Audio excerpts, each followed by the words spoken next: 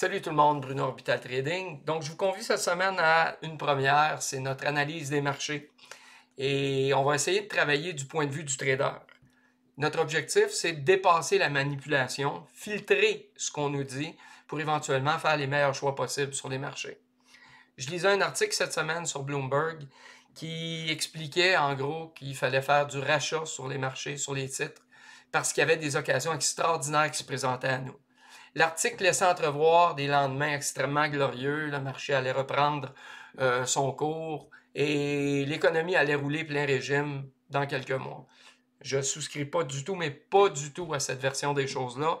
Je pense qu'ici, on essaie de nous mettre un pogo dans le fondement et que si on regarde bien ce qui se passe présentement avec l'endettement des ménages, l'endettement de l'État, le fait que les banques ont eu encore à injecter massivement, à faire du quantitative easing sur les marchés, si on regarde aussi le fait que à la fin de cette crise-là, les travailleurs qui ont perdu leur emploi sont absolument pas certains de retrouver leur position, bien, on se rend compte que ça fait beaucoup de problèmes additionnés les uns aux autres. Et il se pourrait qu'on ait des conséquences assez fâcheuses à toutes ces circonstances-là. Le coronavirus nous met face à une situation un petit peu jamais vue, en tout cas pour les gens de ma génération. Et évidemment, les solutions du passé pour résoudre les crises ne seront pas nécessairement celles qui vont être les plus efficaces ou prévaloir actuellement. Donc, on est dans un flou artistique et il faut vivre avec cette difficulté-là. Il y a beaucoup de prédicateurs sur le marché. Il y a des gens qui vont nous dire que parce que actuellement le marché va mal, éventuellement l'or va monter jusqu'à des sommets jamais atteints. Donc il y a des gens sur Internet, ça fait déjà 20 ans, qui nous promettent la fin du monde avec l'or. Et finalement, ben l'or est déjà monté jusqu'à 2000 $ antérieurement. Mais depuis ce temps-là, je veux dire, il y a beaucoup de manipulations et le cours de l'or atteint pas nécessairement les espérances. Qu'est-ce que j'en pense, moi, personnellement? C'est que l'or va continuer d'être manipulé. L'or est absolument pas la solution par rapport à notre économie. Et que si l'or a failli antérieurement comme moyen, ben, elle remplacera pas actuellement le dollar d'aucune façon. Est-ce que maintenant l'économie subira pas des mutations profondes? Ben, c'est très probable. C'est probable qu'il y a des choses qui vont se produire prochainement qu'on peut même pas anticiper. Et il faut se préparer justement à cette espèce de possibilité-là qu'on peut difficilement circonscrire. Est-ce que les cryptos vont remplacer éventuellement la monnaie? Peut-être que oui, peut-être que non, mais encore là, c'est assez facile de manipuler un petit peu le marché de l'argent, de l'argent comme le Bitcoin ou l'Ethereum, ainsi de suite, ainsi de suite. Donc, les cryptos actuellement offrent des avantages, mais n'offrent pas tous les avantages. On voit que le dollar américain, comme valeur refuge actuellement, remplit son rôle. Les gens font quand même encore confiance au dollar et investissent massivement dessus. On l'a vu cette semaine, même après l'annonce du Non-Farm Payroll, où le dollar s'est quand même relativement maintenu. Est-ce que ça va durer dans les prochaines semaines? J'en doute. Je crois que le dollar va rétracter. Je crois qu'éventuellement, la confiance des gens va s'effriter par rapport à la devise américaine. Probablement que ça va profiter et alors au Bitcoin et aux autres monnaies du genre. Et je ne crois pas encore qu'on soit en mesure de définir qu'est-ce qui risque de se produire. Je pense qu'il faut attendre un petit peu l'évolution naturelle des choses pour pouvoir se prononcer sur quoi que ce soit. Par contre, je crois que le dollar US va se rétracter. Je crois que le Bitcoin risque et les cryptocurrencies risquent d'avoir un uplift, il risque d'y avoir plus d'engouement de la part des gens qui tradent les marchés. Et pour l'or, je pense qu'on va continuer là, à flotter, monter, descendre et que ça va continuer à être comme ça pour un certain temps. Comme je vous dis, je ne crois pas que l'or va remplacer d'aucune façon reprendre son rôle de leader dans l'économie mondiale. Qu'est-ce qui va se passer pour nous? C'est difficile à prévoir, mais la récession actuelle, pour moi, n'est pas une récession. On est actuellement dans une période de dépression qui ne dit pas encore son nom. Il va falloir évidemment que le temps confirme ce que je vous dis présentement, mais je pense qu'il n'y a rien, quand on regarde globalement les choses, il n'y a rien qui laisse entrevoir des jours très ensoleillés. Sur le plan politique et social, il va y avoir beaucoup de remises en question nécessaires. Est-ce qu'on va être à la hauteur des enjeux qui vont se poser à nous? Je l'espère, mais j'en doute. Je suis quelqu'un de plutôt négatif dans la mesure où on a fait nos preuves par le passé en ratant systématiquement les cibles. On a juste à regarder ce qu'on fait actuellement par rapport à l'environnement. On peut regarder aussi ce qu'on avait fait suite à la Deuxième Guerre mondiale, où on avait dit plus jamais. Plus souvent qu'autrement, nos bonnes habitudes sont toujours reprises avec encore plus d'entrain. Donc, probablement qu'après la crise, on va réussir à redevenir plus épais qu'on l'était antérieurement. C'est ce que je crois, et tant mieux si je me trompe. Il y a beaucoup de choses dans nos sociétés qui posent problème. Évidemment, l'économie elle-même, notre façon de consommer, vont devoir être revues. Et ultimement, il va falloir se poser des questions par rapport à notre environnement. Parce que le genre de crise comme on vit actuellement, une pandémie comme celle-ci, on pourrait en revivre de façon démultipliée demain si on ne fait pas attention aux choix qu'on va faire maintenant.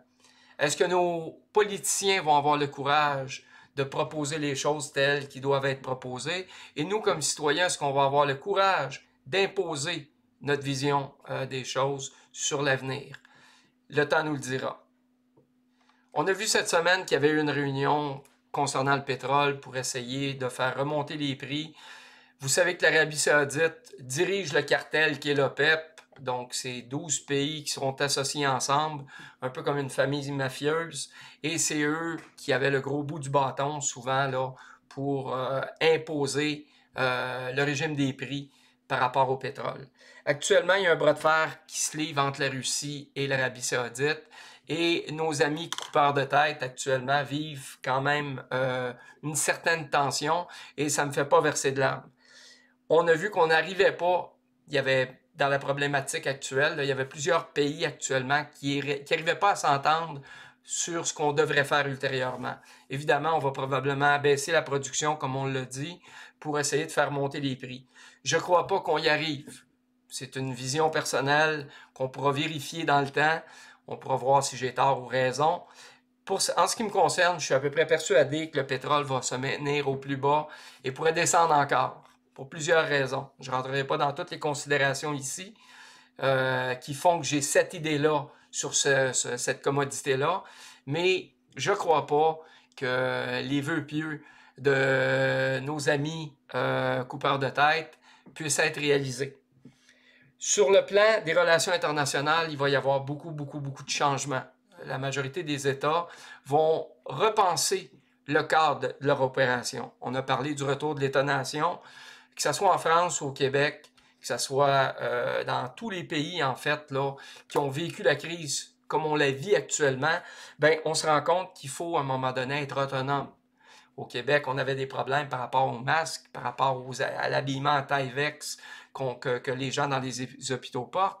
Et on avait des problèmes de ravitaillement parce que nos grands amis américains nous volaient notre marchandise. Donc, on s'aperçoit que c'est au plus fort la poche. Puis quand on vit ce genre de situation-là, ben, il y a un bras de fer qui se vit entre, finalement, les anciens alliés.